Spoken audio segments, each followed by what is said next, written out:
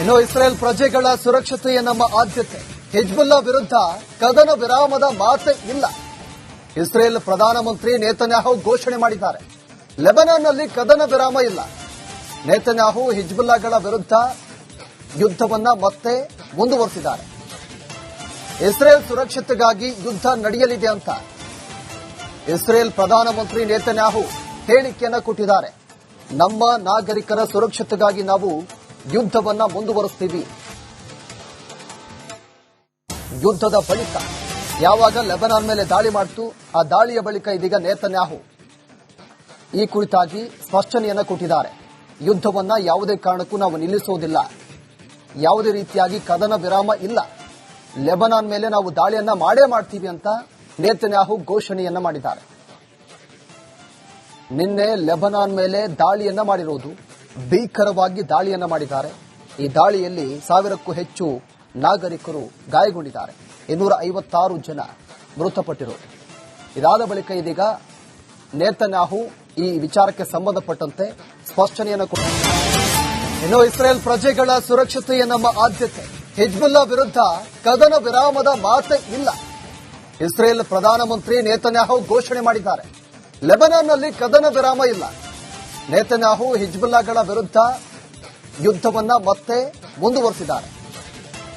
Israel ಸುರಕ್ಷತೆಗಾಗಿ ಯುದ್ಧ ನಡೆಯಲಿದೆ ಅಂತ ಇಸ್ರೇಲ್ ಪ್ರಧಾನಮಂತ್ರಿ ನೇತನ್ಯಾಹು ಹೇಳಿಕೆಯನ್ನ ಕೊಟ್ಟಿದ್ದಾರೆ.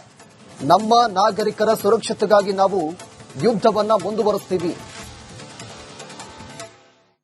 ಯುದ್ಧದ ಬಳಿಕ ಯಾವಾಗ ಲೆಬನಾನ್ ಮೇಲೆ ದಾಳಿ ಮಾಡಿತು, ಆ ದಾಳಿಯ ಬಳಿಕ ಇದೀಗ ನೇತನ್ಯಾಹು ಈ ಕುರಿತಾಗಿ ಸ್ಪಷ್ಟನೆಯನ್ನ ಕೊಟ್ಟಿದ್ದಾರೆ.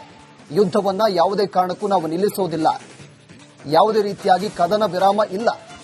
ಲೆಬನಾನ್ ಮೇಲೆ ನಾವು ದಾಳಿಯನ್ನ ಮಾಡೇ ಮಾಡ್ತೀವಿ ಅಂತ ನೇತನ್ಯಾಹು ಘೋಷಣೆಯನ್ನ ಮಾಡಿದ್ದಾರೆ. ನಿನ್ನೆ ಲೆಬನಾನ್ ಮೇಲೆ ದಾಳಿಯನ್ನ ಮಾಡಿರುವುದು, ಭೀಕರವಾಗಿ ದಾಳಿಯನ್ನ ಮಾಡಿದ್ದಾರೆ. ಈ ದಾಳಿಯಲ್ಲಿ 1000ಕ್ಕೂ ಹೆಚ್ಚು ನಾಗರಿಕರು ಗಾಯಗೊಂಡಿದ್ದಾರೆ. 256 ಜನ ಮೃತಪಟ್ಟಿರುವುದು. ಇದಾದ ಬಳಿಕ ಇದೀಗ ನೇತನ್ಯಾಹು ಈ ವಿಚಾರಕ್ಕೆ ಸಂಬಂಧಪಟ್ಟಂತೆ ಸ್ಪಷ್ಟನೆಯನ್ನು ಕೊಟ್ಟಿದ್ದಾರೆ. ಇನ್ನು ಇಸ್ರೇಲ್ ಪ್ರಜೆಗಳ ಸುರಕ್ಷತೆಯೇ ನಮ್ಮ ಆದ್ಯತೆ. ಹಿಜ್ಬುಲ್ಲಾ ವಿರುದ್ಧ ಕದನ ವಿರಾಮದ ಮಾತೇ ಇಲ್ಲ. ಇಸ್ರೇಲ್ ಪ್ರಧಾನಮಂತ್ರಿ ನೇತನ್ಯಾಹು ಘೋಷಣೆ ಮಾಡಿದ್ದಾರೆ. ಲೆಬನಾನ್ನಲ್ಲಿ ಕದನ ವಿರಾಮ ಇಲ್ಲ. ನೇತನ್ಯಾಹು ಹಿಜ್ಬುಲ್ಲಾಗಳ ವಿರುದ್ಧ ಯುದ್ಧವನ್ನ ಮತ್ತೆ ಮುಂದುವರೆಸಿದ್ದಾರೆ. ಇಸ್ರೇಲ್ ಸುರಕ್ಷತೆಗಾಗಿ ಯುದ್ಧ ನಡೆಯಲಿದೆ ಅಂತ ಇಸ್ರೇಲ್ ಪ್ರಧಾನಮಂತ್ರಿ ನೇತನ್ಯಾಹು ಹೇಳಿಕೆಯನ್ನ ಕೊಟ್ಟಿದ್ದಾರೆ. ನಮ್ಮ ನಾಗರಿಕರ ಸುರಕ್ಷತೆಗಾಗಿ ನಾವು ಯುದ್ಧವನ್ನ ಮುಂದುವರೆಸ್ತೀವಿ. ಯುದ್ಧದ ಬಳಿಕ ಯಾವಾಗ ಲೆಬನಾನ್ ಮೇಲೆ ದಾಳಿ ಮಾಡಿತು, ಆ ದಾಳಿಯ ಬಳಿಕ ಇದೀಗ ನೇತನ್ಯಾಹು ಈ ಕುರಿತಾಗಿ ಸ್ಪಷ್ಟನೆಯನ್ನ ಕೊಟ್ಟಿದ್ದಾರೆ. ಯುದ್ಧವನ್ನ ಯಾವುದೇ ಕಾರಣಕ್ಕೂ ನಾವು ನಿಲ್ಲಿಸುವುದಿಲ್ಲ. ಯಾವುದೇ ರೀತಿಯಾಗಿ ಕದನ ವಿರಾಮ ಇಲ್ಲ. ಲೆಬನಾನ್ ಮೇಲೆ ನಾವು ದಾಳಿಯನ್ನ ಮಾಡೇ ಮಾಡ್ತೀವಿ ಅಂತ ನೇತನ್ಯಾಹು ಘೋಷಣೆಯನ್ನ ಮಾಡಿದ್ದಾರೆ. ನಿನ್ನೆ ಲೆಬನಾನ್ ಮೇಲೆ ದಾಳಿಯನ್ನ ಮಾಡಿರುವುದು, ಭೀಕರವಾಗಿ ದಾಳಿಯನ್ನ ಮಾಡಿದ್ದಾರೆ. ಈ ದಾಳಿಯಲ್ಲಿ 1000ಕ್ಕೂ ಹೆಚ್ಚು ನಾಗರಿಕರು ಗಾಯಗೊಂಡಿದ್ದಾರೆ.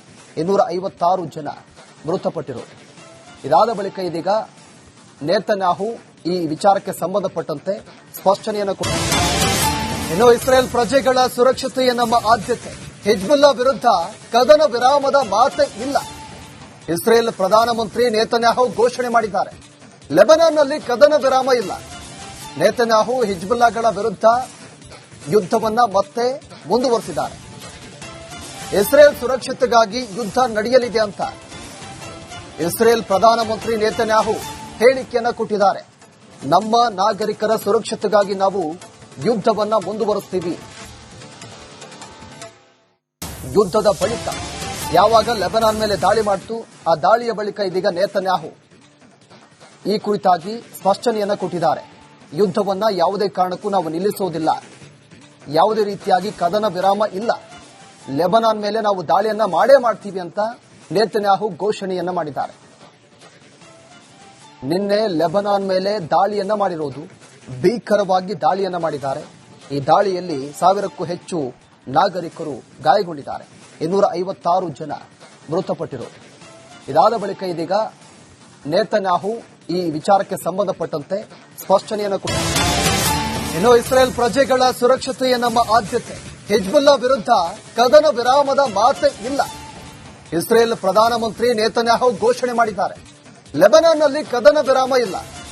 ನೇತನ್ಯಾಹು ಹಿಜ್ಬುಲ್ಲಾಗಳ ವಿರುದ್ಧ ಯುದ್ಧವನ್ನ ಮತ್ತೆ ಮುಂದುವರೆಸಿದ್ದಾರೆ.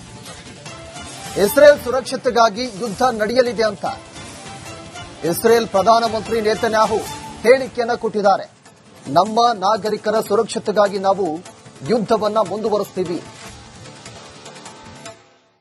ಯುದ್ಧದ ಬಳಿಕ ಯಾವಾಗ ಲೆಬನಾನ್ ಮೇಲೆ ದಾಳಿ ಮಾಡಿತು ಆ ದಾಳಿಯ ಬಳಿಕ ಇದೀಗ ನೇತನ್ಯಾಹು ಈ ಕುರಿತಾಗಿ ಸ್ಪಷ್ಟನೆಯನ್ನ ಕೊಟ್ಟಿದ್ದಾರೆ. ಯುದ್ಧವನ್ನ ಯಾವುದೇ ಕಾರಣಕ್ಕೂ ನಾವು ನಿಲ್ಲಿಸುವುದಿಲ್ಲ. ಯಾವುದೇ ರೀತಿಯಾಗಿ ಕದನ ವಿರಾಮ ಇಲ್ಲ. ಲೆಬನಾನ್ ಮೇಲೆ ನಾವು ದಾಳಿಯನ್ನ ಮಾಡೇ ಮಾಡ್ತೀವಿ ಅಂತ ನೇತನ್ಯಾಹು ಘೋಷಣೆಯನ್ನ ಮಾಡಿದ್ದಾರೆ. ನಿನ್ನೆ ಲೆಬನಾನ್ ಮೇಲೆ ದಾಳಿಯನ್ನ ಮಾಡಿರುವುದು, ಭೀಕರವಾಗಿ ದಾಳಿಯನ್ನ ಮಾಡಿದ್ದಾರೆ. ಈ ದಾಳಿಯಲ್ಲಿ 1000ಕ್ಕೂ ಹೆಚ್ಚು ನಾಗರಿಕರು ಗಾಯಗೊಂಡಿದ್ದಾರೆ. 256 ಜನ ಮೃತಪಟ್ಟಿರುವುದು. ಇದಾದ ಬಳಿಕ ಇದೀಗ ನೇತನ್ಯಾಹು ಈ ವಿಚಾರಕ್ಕೆ ಸಂಬಂಧಪಟ್ಟಂತೆ ಸ್ಪಷ್ಟನೆಯನ್ನು ಕೊಟ್ಟಿದ್ದಾರೆ.